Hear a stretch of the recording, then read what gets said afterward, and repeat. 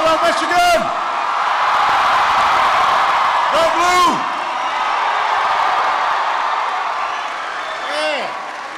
Yeah, that's a good-looking crowd.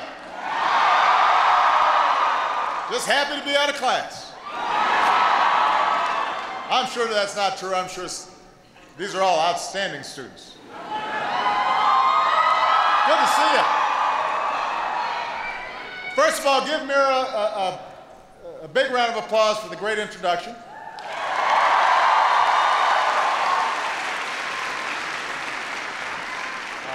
I want to say thanks to your president, Mary Sue Coleman, for her years of outstanding leadership here at Michigan.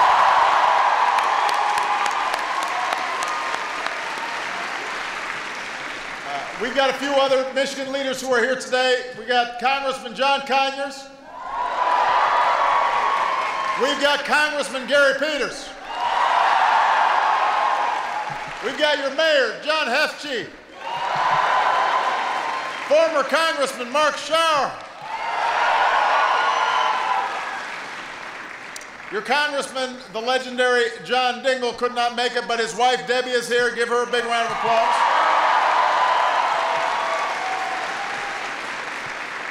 Now, most importantly, I know to all of you, we've got some Wolverines in the house here. We've got Glenn Robinson III. We've got Jordan Morgan. We got Big Ten Player of the Year, Nick Stauskas. And we've got quarterback Devin Gardner.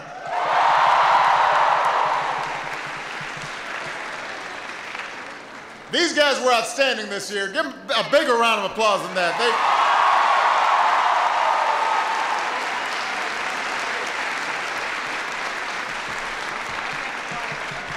You guys had a great run. That last game was as good of a game as we've seen the entire season.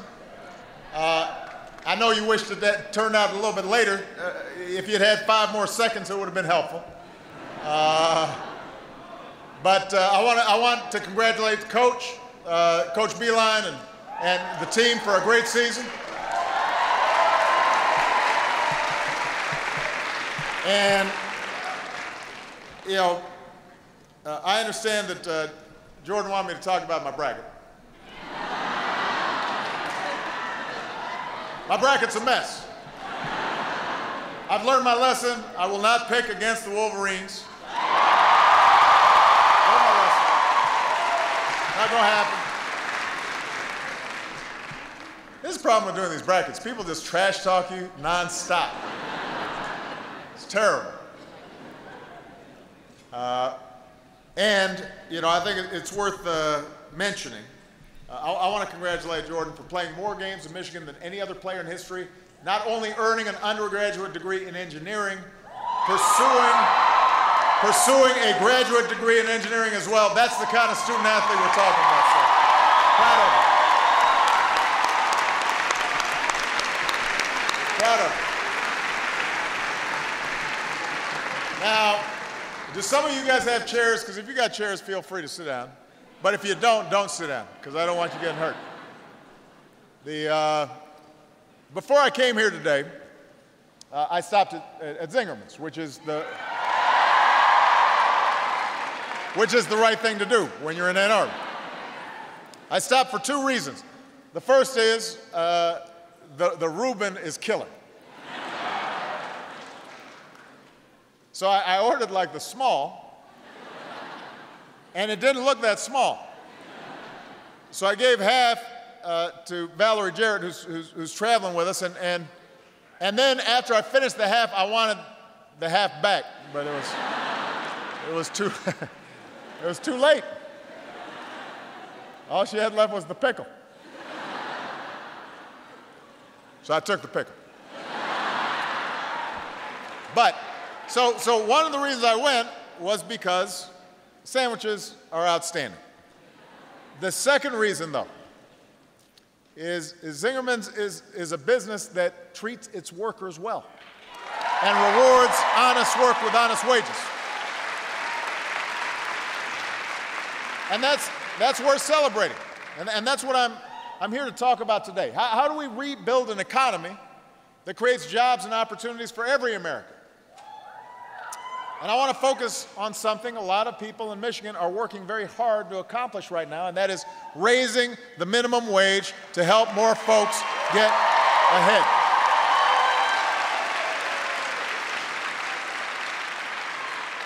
Now, here's the context.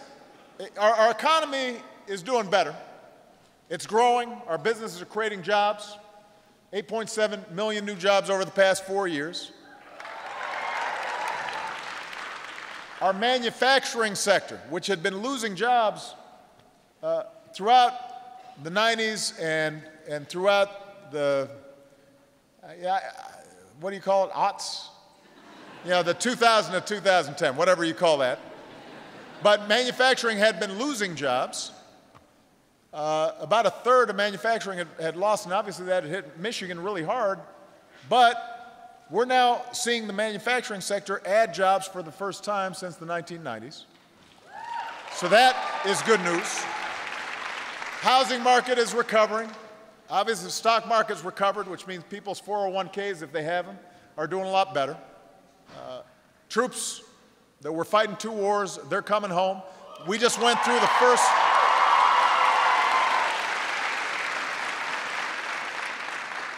We just went through the first month since 2003 where no U.S. soldier was killed in either Afghanistan or Iraq.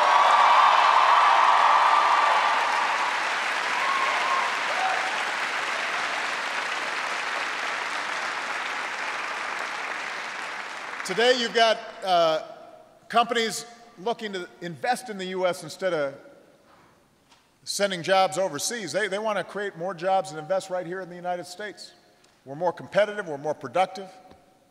Oh, and by the way, 7.1 million Americans have now signed up for coverage through the Affordable Care Act, otherwise known as Obamacare.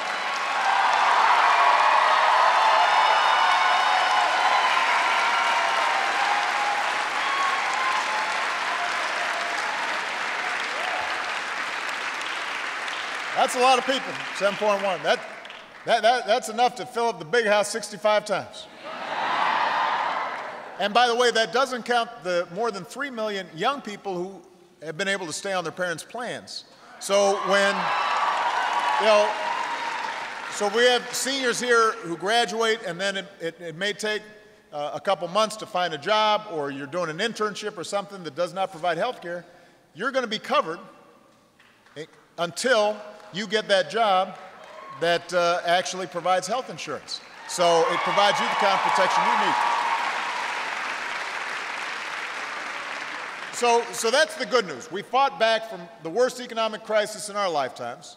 We've laid the foundation for America's future growth. But here's the problem.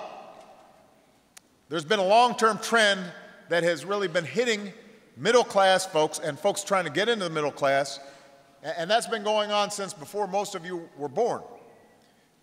The economy increasingly has folks at the top doing really well, but then middle-class families, people who are struggling to get into the middle class, they're working harder, but their wages, their incomes aren't going up. And you know, we're a better country than that. In America, we do not believe in opportunity just for the few. We believe that everybody should have a chance at success. Everybody.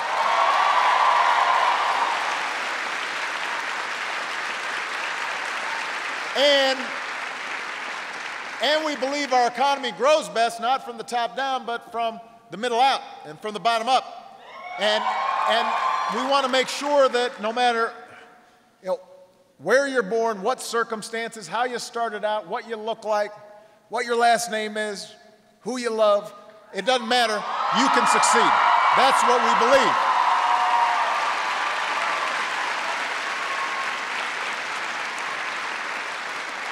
We believe that what matters is the strength of our work ethic and the scope of our dreams and our willingness to take responsibility for ourselves but also for others. That's what America's about. That's the promise that this country is built on. And for the sake of your generation, we got to make sure that that continues to be the case. That that's not just something we're nostalgic about, that that's something that we project out into the future. So I had a State of the Union a while back, and I laid out a 4-part opportunity agenda to make sure everybody has a shot. And that starts with something I know graduating seniors are thinking about: more good jobs, paying good wages, jobs in high tech and manufacturing and energy and innovation. And there are things we can do to create jobs. Rebuilding our infrastructure in this country, investing in R&D, closing wasteful loopholes that don't create jobs, so we're providing tax breaks to companies that are creating jobs right here in the United States. Those are things we can do right now. Opportunity means training more Americans for the skills needed to fill those jobs. We've got to make sure everybody's ready with the skills they need. Not everybody's going to be lucky enough to be a Wolverine and graduate from Michigan, but everybody can get a good, solid base so that they can have a job and a career. Opportunity means guaranteeing every young people access to a world-class education, and that's got to start with pre-K all the way through higher education.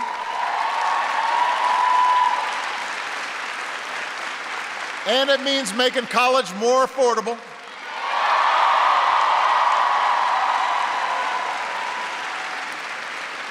Some of you may not know this, but before a lot of you even entered college, we took on the student loan system. It was giving billions of taxpayer dollars to big banks to serve as middlemen in the student loan process. We said, why do we need the banks? We cut them out. We used the savings that were generated, billions of dollars, to expand the grants that help millions of low-income students pay for college.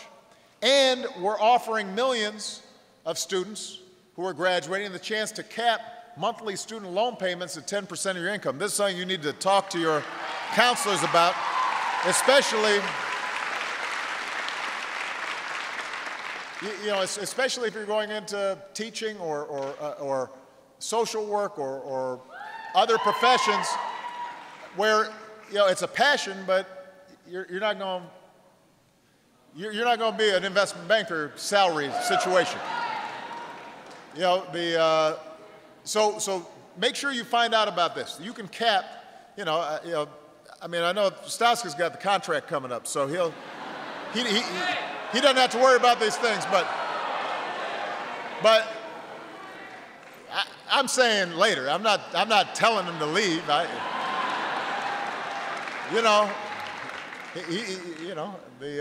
wasn't editorializing on that. My point is, we've got to make sure that everybody can afford to do things that may not pay huge sums of money, but are really valuable to society. And the good news is more young people are earning college degrees than ever before. But we've still got to do more work to rein in tuition costs. I've talked to your president about this. And we've got to help more students who are trapped by student loan debt. Because this country cannot afford striving young people to be priced out of a higher education. Everybody's got to be able to afford it.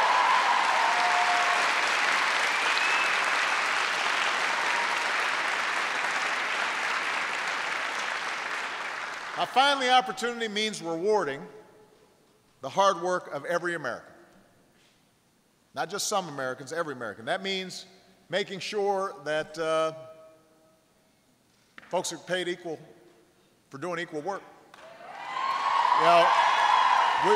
I do not want my daughters paying less than somebody else's sons for doing the same job.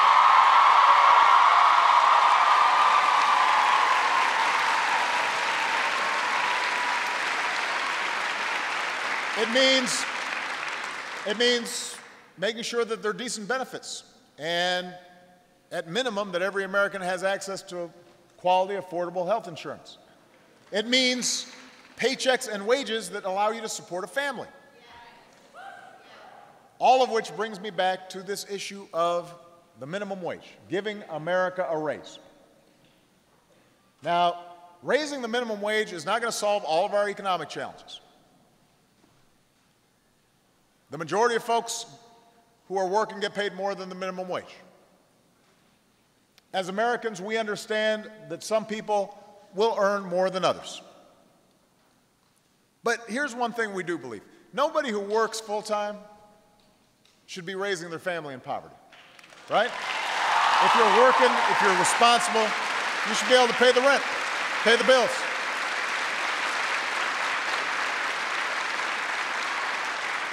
But that's what's happening right now. All across the country, you can work full-time on the minimum wage and still be in poverty. And that's why in the years since I first asked Congress to raise the minimum wage, we've seen 6 states on their own pass laws to raise their minimum wage. Last week, Connecticut became the first state in the country to raise its minimum wage to $10.10 an hour. Congratulations, Connecticut.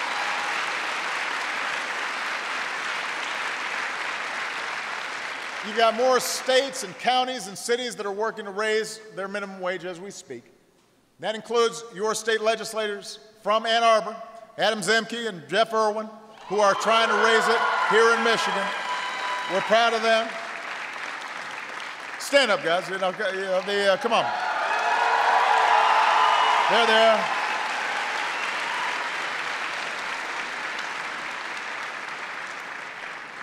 See, I used to be in the state legislature, so I was kind of partial to. But raising wages is not just a job for organizers. It's not just a job for elected officials. It's also a job for business. You know, it was here in Michigan 100 years ago that Henry Ford announced he was doubling his workers' wages. And at the time, some of his fellow business leaders thought he had lost his mind. But Henry Ford understood it was going to be good for business. Not only did it boost productivity, not only did it reduce turnover, not only did it make employees more loyal to the company, but it meant that the workers could afford to buy the cars that they were building. So you were building, so by paying your workers more, you were building your own market for your products. And hugely successful companies today, like Costco, they take the same approach. And it's not just big businesses, small businesses too. In my State of the Union address, I called on more business leaders to boost their employees' wages, give them a fair wage. And since then, you've seen businesses across the country, small ones like an ice cream parlor in Florida, to a marketing agency in Georgia, to a pizzeria in St. Louis. They've all said, you know what, this is the right thing to do. Recently, the Gap decided to raise its base wages, and that benefited about 65,000 workers in the United States. And it led me to go shopping at Gap. Some of you may have seen the very attractive sweaters that I purchased for my daughters. They have not worn them yet, so if they're listening, make me feel good. Just wear it one time.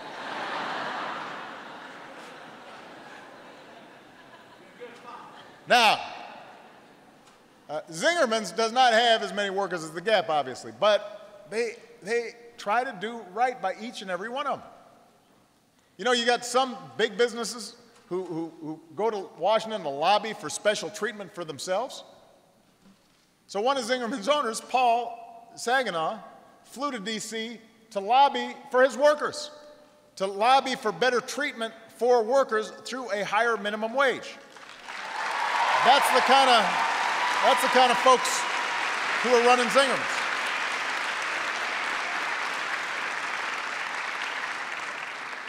Then afterwards, he held a sandwich summit here in Ann Arbor to help build support for Michigan's minimum wage going up. And Paul's point is simple. Fair wages and higher profits are not mutually exclusive. They can go hand in hand. That's what Henry Ford understood.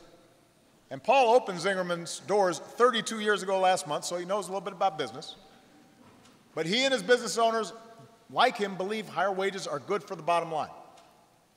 I happen to believe the same thing, so I decided several months ago that the federal government should follow their lead. And so I issued an executive order that requires federal contractors, folks who are doing business with the government, to pay their employees on new contracts a fair wage of at least $10.10 an hour. the right thing to do.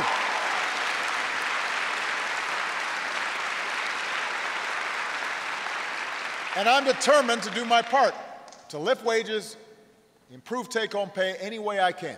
My attitude is if you cook our troops' meals, you wash their dishes, your country should pay you a living wage. Now, here's the challenge. What Zingerman's can do on its own, what even I can do as the head of the executive branch of the federal government, that doesn't reach everybody.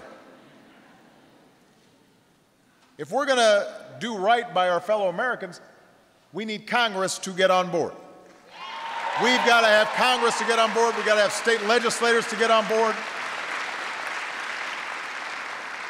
Because even though we're bringing manufacturing jobs back to America, we're creating more good-paying jobs in education and healthcare and business services, there are always going to be folks who do critical work, who bust their tails every day, airport workers, restaurant workers, and hospital workers, and retail sales people, who deserve an honest day's pay for an honest day's work. They're doing necessary jobs. They should be able to make a living. So, right now, there is a bill before Congress that would boost America's minimum wage to $10.10 an hour. It's easy to remember, 10-10, 10-10. Passing this bill would not just raise wages for minimum wage workers, it would help lift wages for nearly 28 million Americans, including nearly 1 million people right here in Michigan. It would lift millions of people out of poverty right away. It would help millions more work their way out of poverty right away.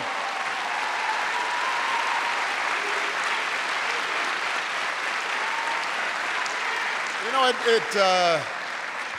it wouldn't require any new taxes, doesn't require new spending, doesn't require new bureaucracy. But what it would do is help those families and give businesses more customers with more money to spend. And it would help grow the economy for everybody. So you would think this would be a no-brainer. Politically, you'd think that folks would be rushing to do this. Nearly 3 in 4 Americans support raising the minimum wage. Nearly 3 in 4. Here's the problem. Republicans in Congress, not Republicans out in America, because some of them get paid the minimum wage, so they want to see a raise. Republicans in Congress don't want to vote to raise it at all. In fact, some want to just scrap the minimum wage. One House Republican said, it's outlived its usefulness. No, that's what he said. Others said, no, don't boo, organize. So that's what you need to do. Because they may not hear the boos, but they can read a petition and they can see votes. You've got some Republicans saying we shouldn't raise the minimum wage because they've said this because, well, it just helps young people. Now, first of all, I think it's pretty good to help young people. Well, I don't know what's wrong with helping young people. I mean, folks who say that, probably, next thing you know, they'll say, get off my lawn. I think it's okay to help young people. But the fact is, most people who would benefit from a higher minimum wage are not teenagers taking on their first job. The average age of folks getting paid the minimum wage is 35. A majority of lower wage jobs are held by women. Many of them work full-time, often to support a family. And by the way, what's wrong with helping young people get ahead? You know, Mira puts herself through college on a base wage of less than $3 an hour because she's working in a restaurant. She works hard.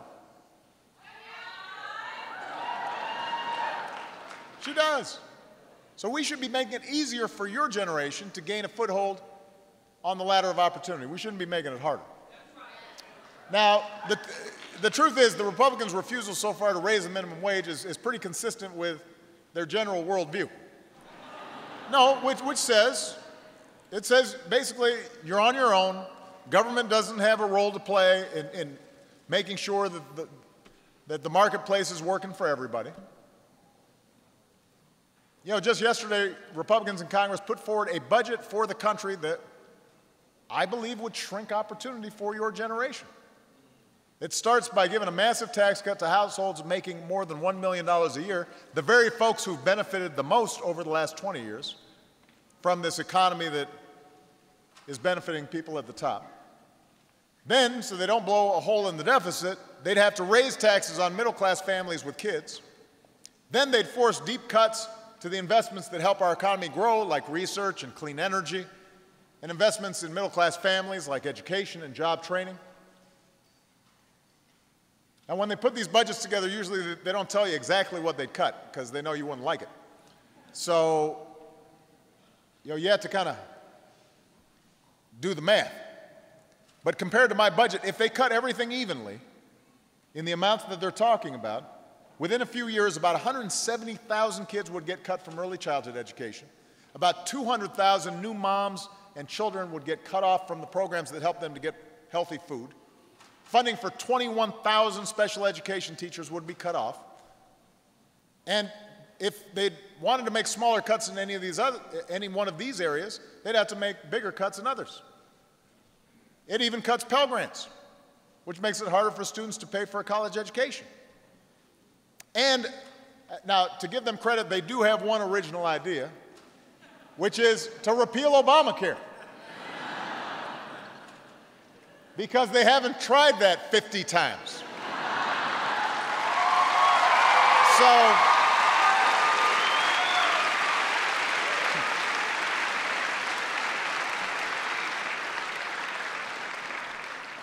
"50 times they've tried to do that." So that means they would take away health coverage not only for more than 7 million Americans who've done the responsible thing, signed up, bought health care for themselves and their families, but for the 3 million young adults who've been able to stay on their parents' plan under this law. What I just told you about being able to stay on your parents' plan, the Republicans don't like that. And their budget guts the rules we put in place to protect middle-class families from another financial crisis like the one that we've endured. So if this all sounds familiar, it should be familiar because it was their economic plan in the 2012 campaign. It was their economic plan in 2010. It's like that movie Groundhog Day, except it's not funny.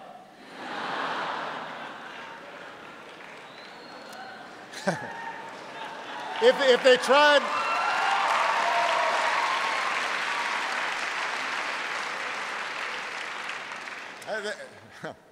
if they tried to sell this sandwich at Zingerman's, they'd have to call it the Stink Burger, or the Meanwich.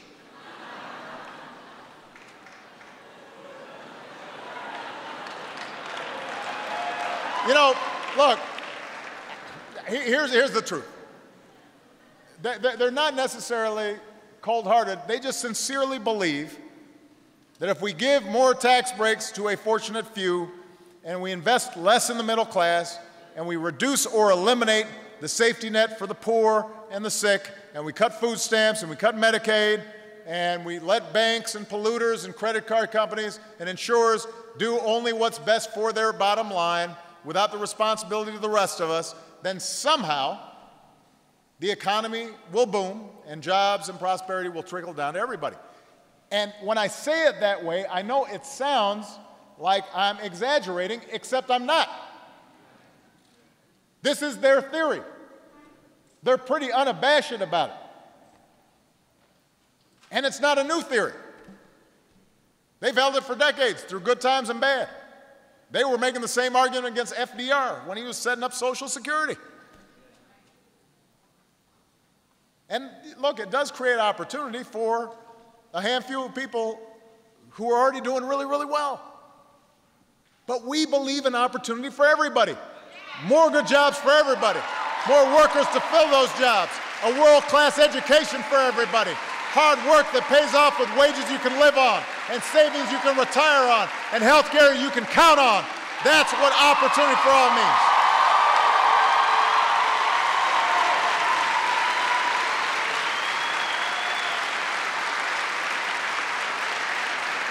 That's what it means.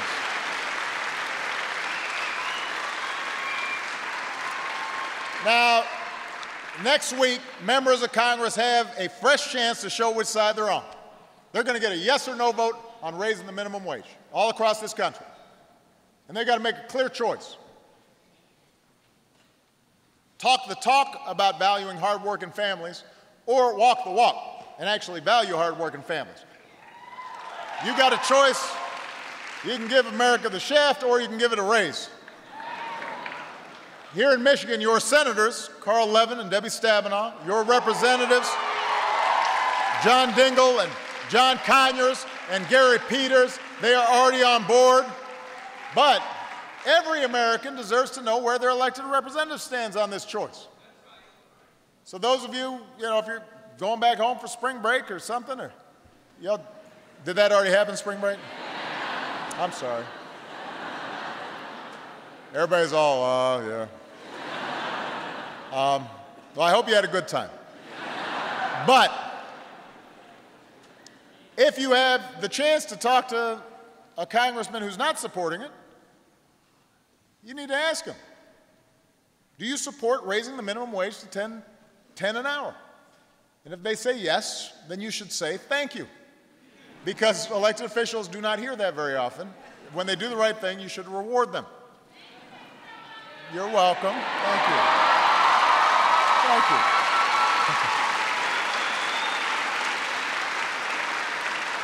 Now, if they say no, you shouldn't yell at them.